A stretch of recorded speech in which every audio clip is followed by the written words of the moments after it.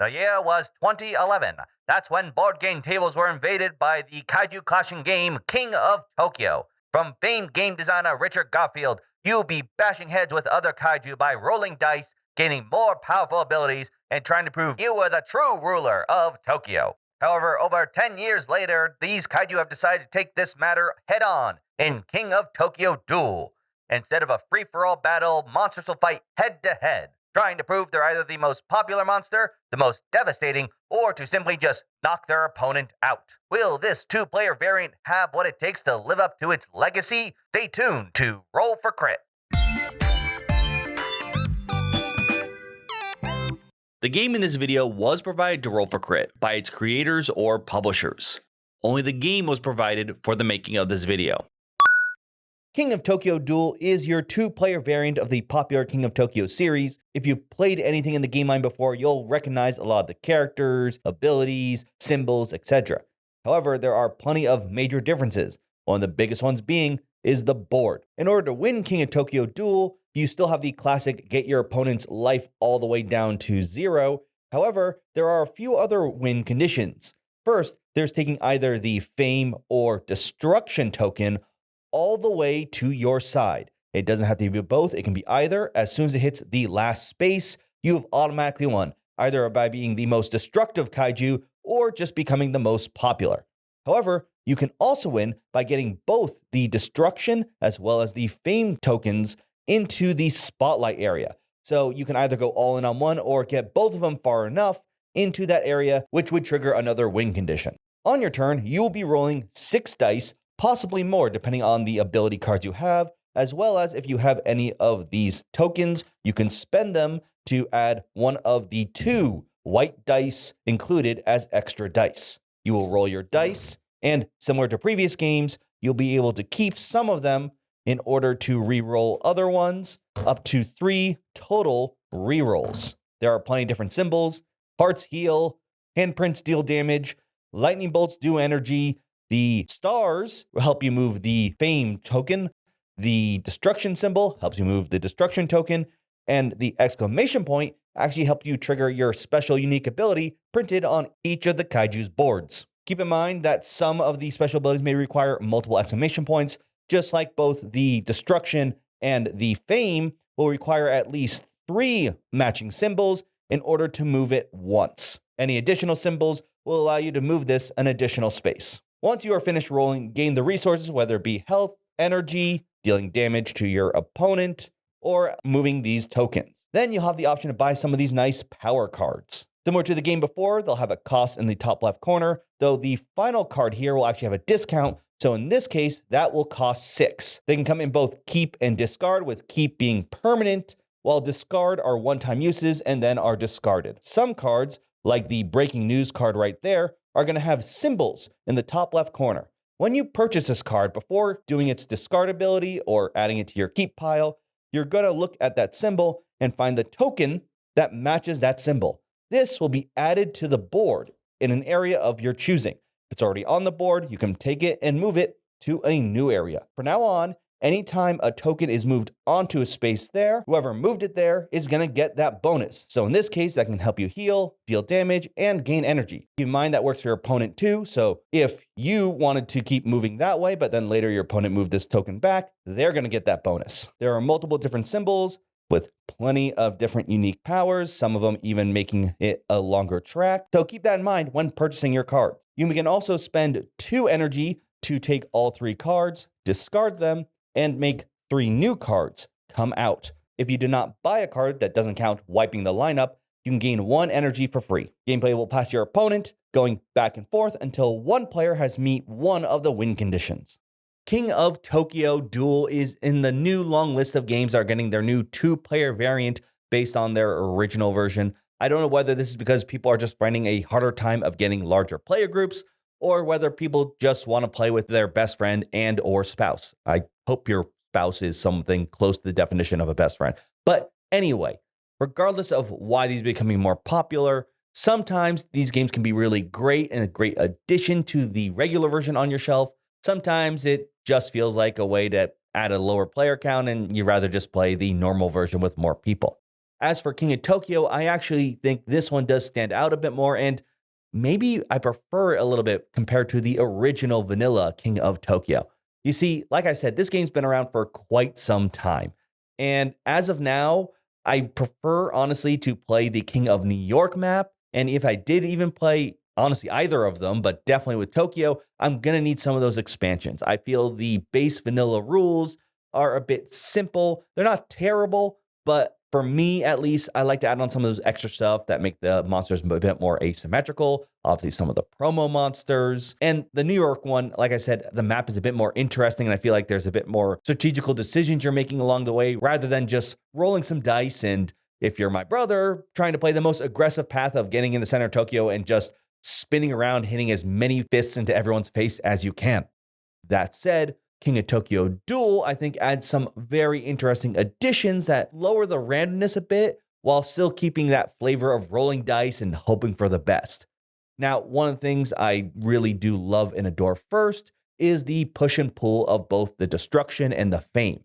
In the original game, you could get fame, but you could also just knock out your opponent. You can still knock them out here, but instead of it being a simple first to 10 points kind of race, the push and pull makes much more of an interesting decision, and especially since it's not just get to the end. Yes, you can do that, but there's also the spotlight region. If you're able to focus on both of the tokens, you can actually win that way. And I've found that all the ways to win, all of them are possible. I've seen each of them occur, and usually the spotlight one is the trickiest one. That's the one everyone always forgets, and then you realize, oh, wait a minute, they already have fame in there, and they only need to move the destruction moment token.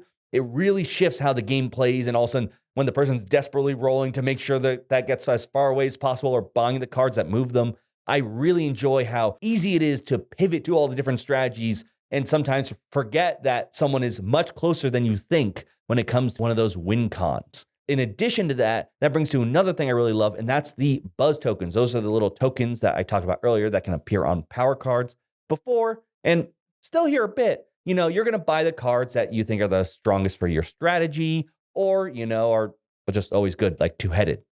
But now that you have those buzz icons, sometimes you'd be like, oh, well, that's going to let me put that token down. That token could give some really good powers. Some of them either make shortcuts or make the game longer for them to reach over the end. Great way for you to stall if you don't want to get those tokens into the spotlight section. So there's a whole nother thing you're starting to consider. And it becomes even better when you think you've got your opponent like, all right, I've got the one that makes it much longer for them to get there. Then they buy a card and that moves that token to your side of the board. It really adds that extra little bit of interesting mechanics that you really do want to see when you do have such a heavy reliance on the dice, aka random and luck. There's also one other thing I really do love that they did as a change, because I think this makes things a little bit simpler actually, but in a way that I think is just a bit of it's easier on the players as well as the manufacturers, and that is the special abilities. You see, in King of Tokyo, all the monsters were the same. They just looked cool. You just played the monster you felt like. And a lot of people found that to be a bit boring. So they added an expansion that gave each monster its own special deck of powers. This expansion is one that I would consider a must for any of the King of series, be it Tokyo, New York.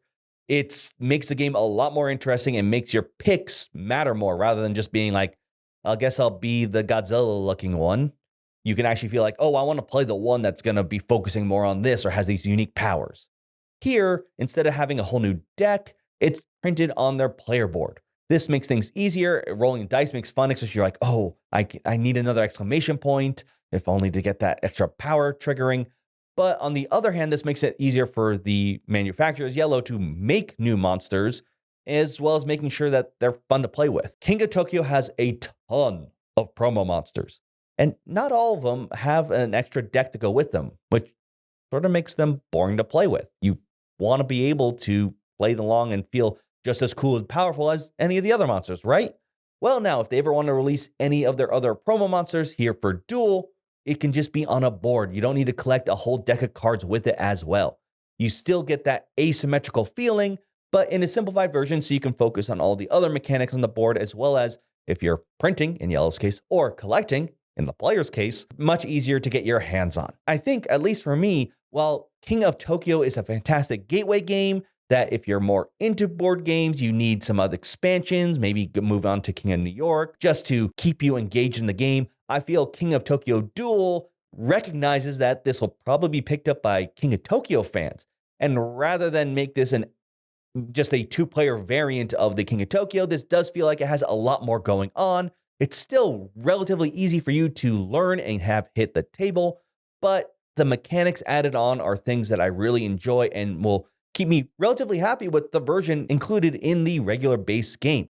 That all said, of course, there's always going to be issues, and even though this is all about kaiju, which are my favorite, I cannot ignore them. The first one being the start of the game. This game still has that luck element, and in this case, this is still going to occur in the dice rolls, which don't usually hurt too bad because of the randomness, but more in the fact of the cards that come out in the beginning of the game. Yes, one of them can be discounted, but sometimes you get all expensive cards. Sometimes you get cards that they're the kinds you want to appear later on in the game because they're designed, like, for example, one had you steal one of your opponent's keep cards, but no one's going to have any in the beginning of the game, so not really that interesting. So the energy you do get, you're going to spend on refreshing the lineup until you see some cooler cards. And there's none of those buzz tokens on the board yet either, so there's no cool, interesting interactions there when moving or pulling the destruction or fame. So until people start buying stuff, the game can feel a bit slow at the start. But once you get going, that's when the game can be a lot of fun. The other weird thing is actually focus on the opposite end of the game when it comes to the end. I love all the win cons. That's not the problem. It's rather the game length.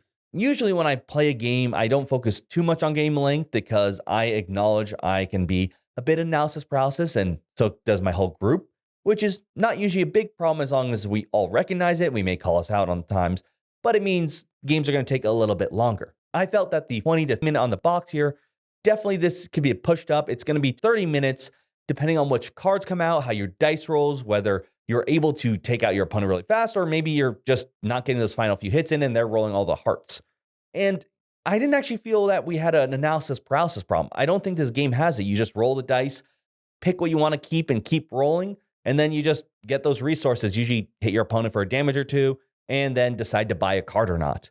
So it didn't feel like we were slowing down the game, rather than the game just wasn't able to keep up. While I played multiple games, I'm not going to say anyone here was the expert and master of the King of Series, so I don't know whether if you're very good, that means that you're going to take longer because you both know how to counterplay each other, or it could be much faster because you know what the best strategies are and you know how to kill your opponent within a turn or two. Either way, I wouldn't expect this to be a quick, short game that you can play in between games. Rather, I would consider this maybe a bit more of a meatier one, which, for better or for worse, does mean that you need to make sure it has the time for you to, destroy the city as well as your opponent. But if that's not a big issue for you, I do think this game has a lot to offer, especially for those who are fans of the original King of Series, as it adds a lot of cool new mechanics while keeping some of the core things that we enjoy when we initially destroyed the city all those years ago. Crits and misses for King of Tokyo Duel. Crits. There are so many different ways to win. You can do the classic beat your opponent until they're knocked out, but you can also try and push and pull the fame and or destruction, focusing all on one and trying to get to the end of the board, or trying to get both the tokens into your spotlight area. Because there's so many different strategies for you to go for, and honestly, while you'll probably get different upgrades and powerful cards that help you in one of those strategies, it's usually pretty easy for you to pivot, either in defense, trying to move the tokens back before your opponent wins, maybe gaining some health, or to go on the offense, maybe realizing that that one token is much closer to your end of the board than you realize, and maybe it's time to start putting resources into that victory condition. The buzz tokens are a great addition to the push and pull of the two tokens, outside of simply just making it a race to the end. Because you're pushing and pulling, and now you can add tokens to add special abilities to the board, you can make your side of the track give you a bunch of bonuses. But if your opponent then pulls and then can land on some of those spots, they'll gain it as well. And because you can purchase cards in order to move already previously placed buzz icon tiles, it really makes a fun back and forth, not simply in the two tokens of fame and destruction, but as well as the evolving tracks of where those buzz icons are landing. One of my problems in original King of Tokyo was the fact that they were symmetrical, so when the expansion added ways to make the monsters unique, I felt it was a must for all future games. Here, they decided instead of giving them a deck of cards to simply print a power onto the tile. I actually like this a lot because in this case, the simplification keeps the game flow tight while at the same time making sure your character still feels like it has unique strategy and power for you to build around. This will also be great for any future promo monsters they make, as it's a lot easier for them to just release a tile, and therefore you can pick that up and still feel like it'll be just as competitive with the other monsters, rather than picking up a cool looking monster that doesn't have all the cool asymmetrical components that the monsters in the core game may have. Misses. As with honestly the entire King of series, the biggest problems are all going to tie down to randomness. And that is true for both of our misses. For our first miss, it's going to be at the start of the game. The start of the game can feel a bit slow because you don't start off with any of those buzz icons on the board that make things interesting. And rolling the dice until you get maybe some more powerful upgrades can be not as exciting. And depending on what cards come out on the first lineup, maybe they're so expensive that you have to use any of your energy to just refresh until you get some more interesting ones, or they're just cards that aren't fun to appear at the start of the game. The second way randomness will affect your games is how long it will go. While it is fun to have all the different win conditions, sometimes it can take longer than most for you to reach them. Either the dice aren't rolling, for example, the punches you need to knock out your opponent, or the fame and destruction icons in order to move at those final few spaces you need. And of course, once again, those cards, if you're just not seeing cards that really have a strong synergy with each other, then it may be harder for you to clinch that final victory condition. This will make games go on a bit longer than the time printed on the box, which for me wasn't terrible, but does mean that you shouldn't expect this to be a quick, light jaunt, rather a reasonably timed back and forth brawl. King of Tokyo definitely shows his age. It's still fun, definitely as a gateway game, but there are just so many things that have come out since then that it's going to be hard for you to keep playing it, especially unless you add some of the expansions. And even then, like I said, I prefer the King of New York board. This King of Tokyo Duel does feel like it takes lessons from everything that's come since its original release and how to fix them up, either being adding more mechanics to lessen the randomness and give more strategy to the player rather than hoping on Lady Luck to give you whatever roll you need, while at the same time maybe simplifying some things. Instead of adding a whole deck to make your monsters asymmetrical, just giving them a power printed on their board.